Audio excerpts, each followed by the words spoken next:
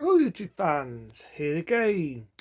And as we're going through the 80s marathon of action films and now coming to 1983, why not this one? Dun, dun, dun, dun, dun, dun, dun, dun, dun, dun, dun, dun, dun. That's right.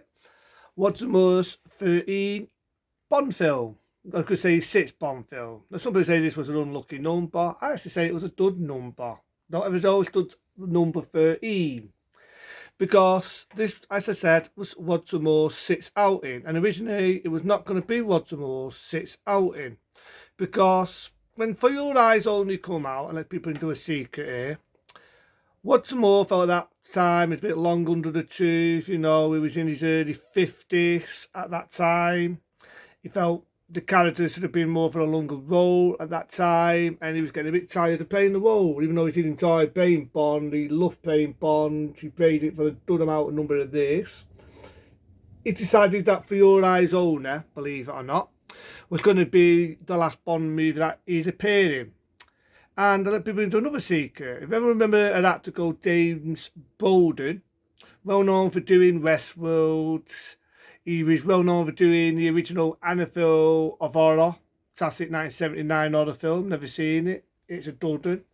And stuff like that. Now, talented Albert R. Bartley wanted an English person because when Live and Let Die was going to be made and Connery wasn't going to come back, believe it or not, they were going to have Burt Reynolds. I'm not making this up. They were going to have Burt Reynolds, Smokey and the Bandit himself, play Bond. But then Albert R. Bartley had a change of heart and said, no, we want it to be a proper Englishman.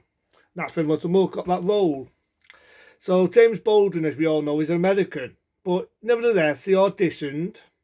And I've seen the original audition tapes. And I've got to admit, James Bolden was bloody brilliant. He was brilliant. He was good looking for that time. So he was a good looking guy for his age. He did the lines brilliant. I think he used a few lines, from the Bond movie from Russell with Luft. There's all the same lines. And he used a few other lines as well. And it was brilliant. It was absolutely brilliant. He did action scenes. You remember the scene in Octopussy where he's got a snake and his Indian dies down to sell stuff? He did that as well. So the original one was like funny because James Bolden was scared shitless off this snake and it was on a set made look like Indra. And it was brilliant.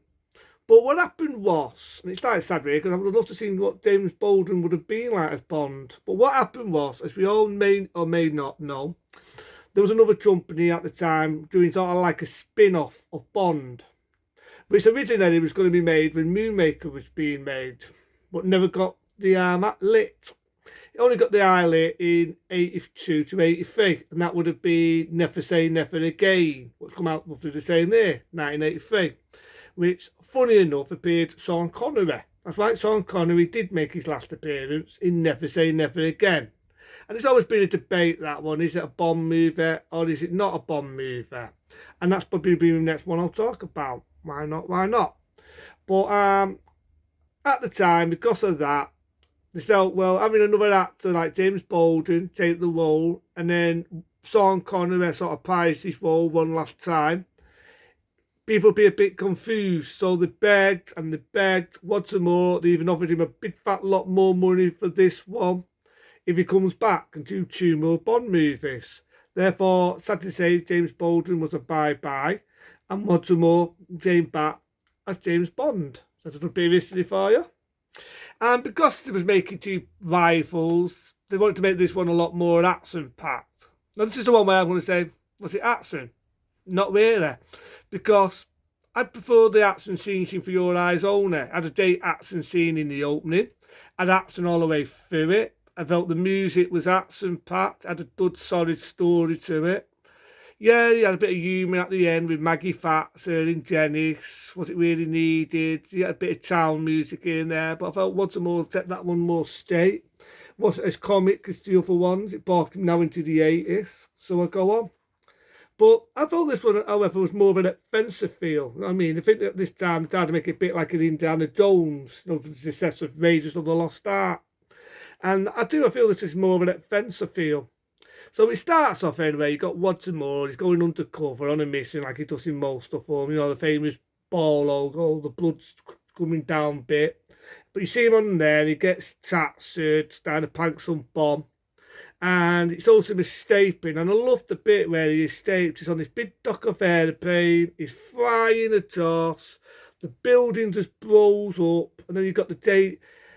Fill it up, please. So he's too big to do the one-liners. And, you know what I mean, he was in his mid-50s now. I think he still looked pretty good.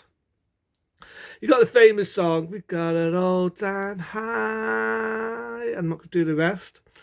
And at the time, a lot of people felt it was uncomfortable, you know, having the name Pussy to Law.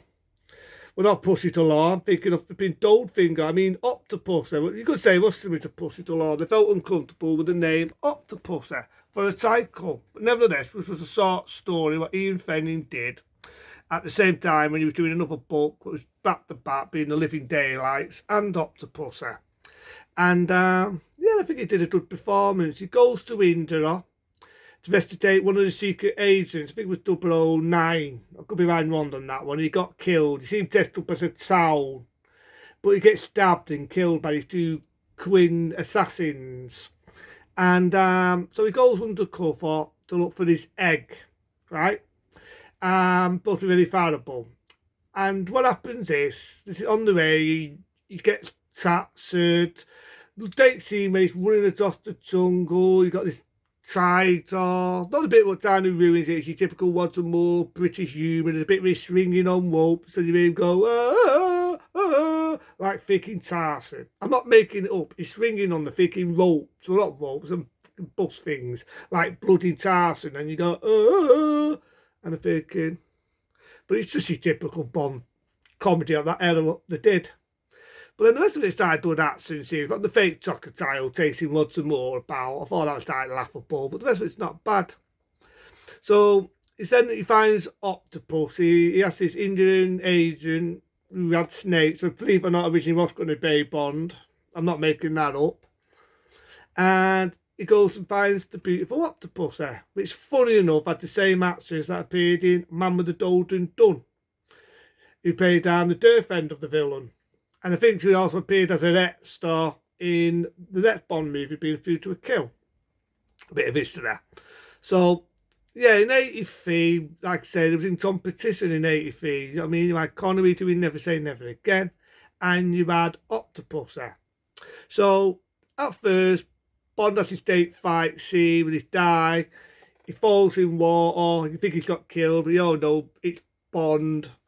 And the Indian guy gets murdered, sadly to say. And that's when he goes out to disarm his bomb. Disarms his bomb. But I always find the scene with disarming a bomb is funny, right? Because you've got the police chasing him. You've got the army chasing him. You've got a bomb as a timer on it. And on that, right, if you're going to disguise yourself, would you not put a fake moustache on? Would you not put a wig on? Would you not dress yourself up and put a bit of lipstick on and put a dress on? Maybe dress up as a freaking woman. I don't know. But no, what he does is he dresses up as a town. A fucking town. I'm not making it up. A town's nose, makeup. Half an hour, right? You're putting lipstick on, right makeup on, a wig on, make yourself look like a freaking town. And a town's costume.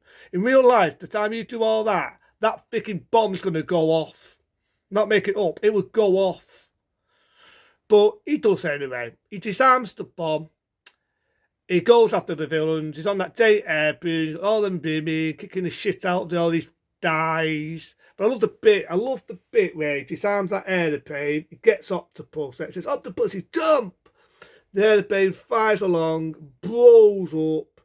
You don't think Bond's a goner, but we all know, come on, it's Bond. Gets the deal, typical Bond style. You get the date song again. It's an all-time high. End of movie.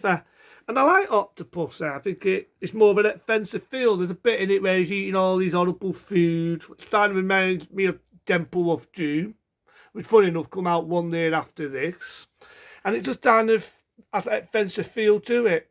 I always remember the original art cover where you got Octopussy and she has 6 arms and she's got one wrapped round once more and he's taking a martini. Funny because when you see the Bond movie, I don't ever remember Octopussy having 6 or 8 arms. But I always remember the original art cover anyway. That tactical art cover, you remember that era. But that was Octopussy, shot in 1983. They both was in back-to-back If it die and repeat, we never say never again. It's not a bad tune. I don't think it's as action packed as For Your Eyes Only, just my opinion. But it's not a bad outing. I think Watermore Stew does a good role as Bond. In the end, though, be smart, be safe, and I'll see you later.